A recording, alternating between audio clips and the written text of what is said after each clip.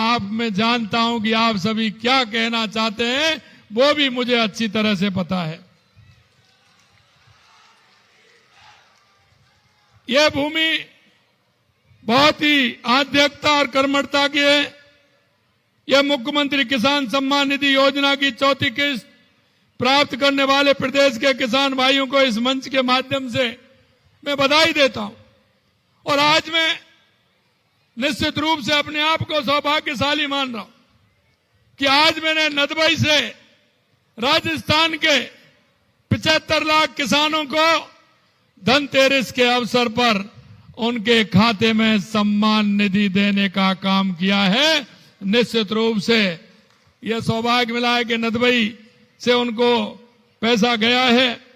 72 लाख किसानों के खातों में 718 करोड़ रुपए आज उनके खाते में गया है।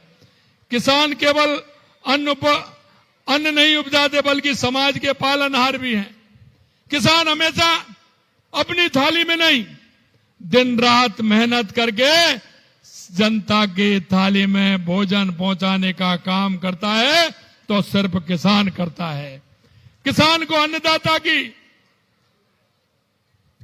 अन्नदाता ऐसे ही नहीं कहा जाता। वास्तव में किसान अन्नदाता है।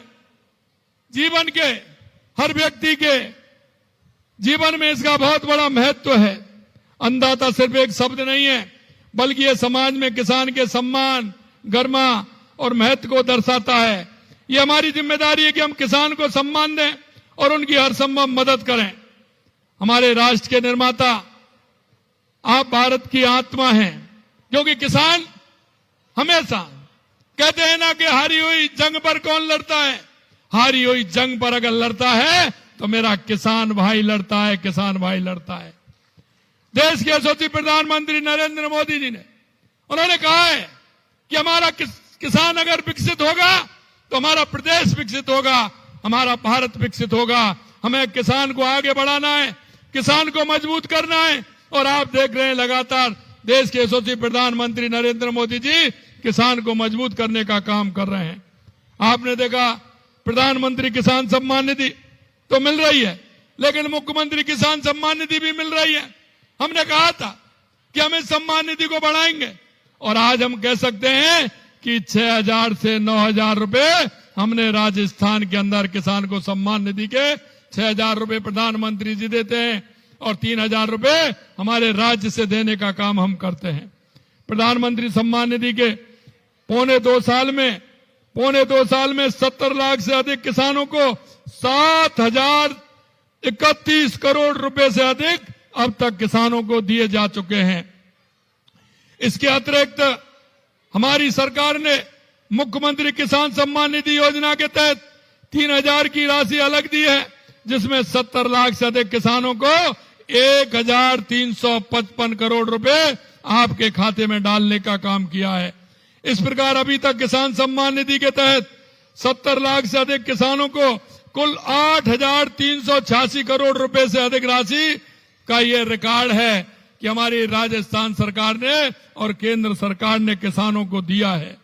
हाल ही में आपने देखा होगा प्रधानमंत्री नरेंद्र मोदी जी ने धन्यधान कृषि योजना, प्रधानमंत्री मोदी जी की दूरदर्शी सोच परिचायक है। मैं आपसे पूछना चाहता हूं मेरे भाई और बहनों, क्योंकि मुझे पता है कि किसान के पास छोटी जोत होती है, किसान के पास बड़ी जोत कम वाले होते हैं, 75 और 80% छोटी जोत वाले होते हैं।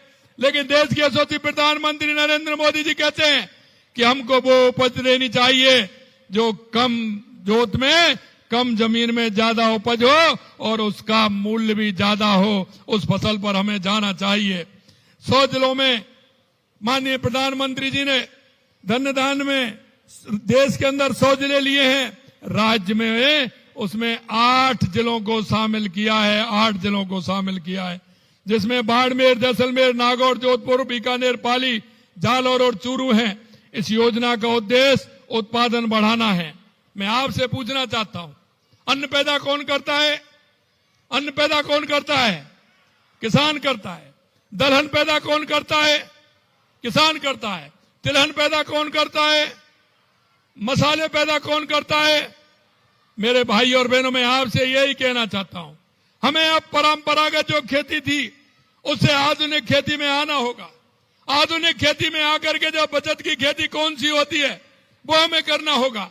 अगर हमारा सिस्टम हम बदलेंगे, ऐसी खेती हम करेंगे तो निश्चित रूप से हमारा किसान आगे बढ़ेगा। और यही माननीय प्रधानमंत्री जी कहते हैं कि इस योजना के उद्देश्य केवल उत्पादन बढ़ाना ही नहीं बल्कि फसल विविधीकरण, सिंचाई सुविधाओं में सुधार, भंडार क्षमता में वृद्धि, किसानों को आसान ऋण उपलब्ध कर, दलहन, तिलहन और मसालों की उत्पादकता बढ़ेगी तो किसान की आय बढ़ेगी।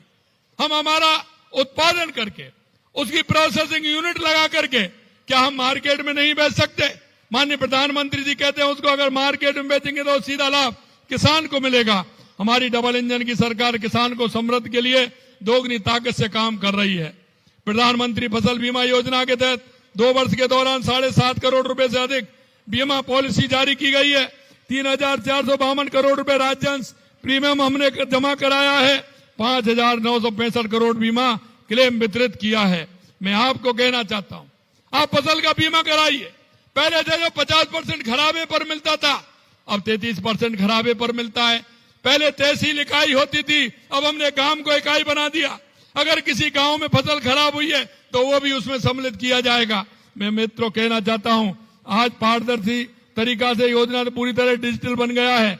हमारी सरकार का लक्ष्य है कोई भी किसान इस सुविधा से वंचित नहीं रहे।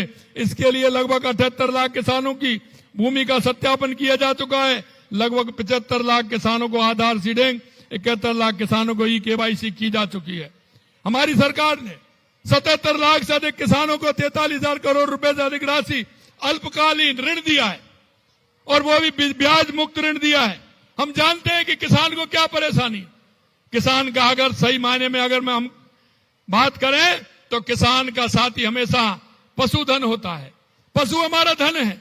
अगर पशुपालन का काम हमारा किसान से जुड़ जाता है तो किसान की अर्थव्यवस्था मजबूत होती है। और इसलिए मैं आपसे कहना चाहता हूं मेरे भाइयों, हमने गौपालक क्रेडिट कार्ड प्रारंभ किया है। क्योंकि आप जाते हैं, आप जब रिश्तेदारी में जाते हैं तो सबसे पहले क्या पूछते हैं भाई? ये पूछते हैं फसल कैसी है, यही पूछते हैं ना, यही पूछते हैं ना फसल कैसी है। और दूसरी बात क्या पूछते हैं? क्या दूध बूध हो रहा है कि नहीं हो रहा है? अरे पूछते हैं कि नहीं पूछते? यही पूछते हैं ना, दूध बूध हो रहा है कि नहीं हो रहा है। आप कह रहे हैं नहीं हो रहा है तो किसान होने का फायदा कहा जिसके पास पशु नहीं है। तो हमने कहा है कि हमारे उस किसान को गौपालक क्रेडिट कार्ड देंगे और उसको हम किसान क्रेडिट कार्ड से जोड़ेंगे। उस पर किसी तरह की ब्याज नहीं होगी, कोई वो बनेगा नहीं। आप 1 लाख 1.5 लाख रुपए जाकर के बैंक से लेकर के आ सकते हैं गौपालक कार्ड से और पशु खरीद सकते हैं, जिससे बच्चों को भी दूध मिलेगा, आने वाले का सम्मान भी होगा। अगर दूध बचेगा तो उसका भी उत्पादन होगा। इसलिए हम चाहते हैं कि हमारा किसान मजबूत हो,